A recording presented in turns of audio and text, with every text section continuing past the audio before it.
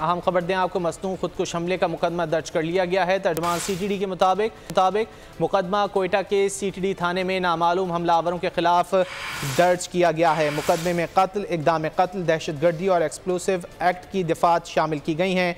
वाक़े के बाद तहकीकात जारी हैं, कोई गिरफ्तारी अमल में नहीं आई। 12 रबीउल अव्वल के जुलूस में खुदकुश हमले में 52 अफराद जाँ बहक जबकि 66 अफराद ज़ख्मी हुए। तफसीलात जान लेते हैं बोल न्यूज़ के नुमाइंदे दानिश मुराद से। दानिश, क्या तफसीलात हैं? जी देखिए, ये गुज़िश्ता रोज जो है मसलन में 12 रबीउल अव्वल के जुलूस पर होने वाले मुकदमा दर्ज कर लिया गया है। मुकदमा कोयटा के CTD थाने में जो है वो नामालूम अफराद दर्ज किया गया है, जबकि मुकदमे में कत्ल, इक़दाम कत्ल, दहशतगर्दी के जो दफात हैं वो शामिल किए गए हैं। वाक़े के बाद तहकीकात जो है वो की जाए। तर्जुमान CTD के मुताबिक कोई गिरफ्तारी अमल में अब तक नहीं आई, जबकि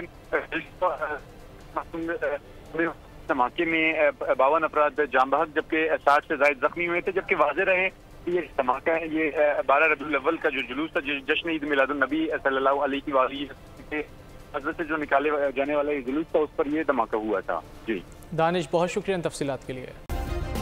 सब्सक्राइब करें और बेल दबाएं ताकि कोई खबर रह न जाए।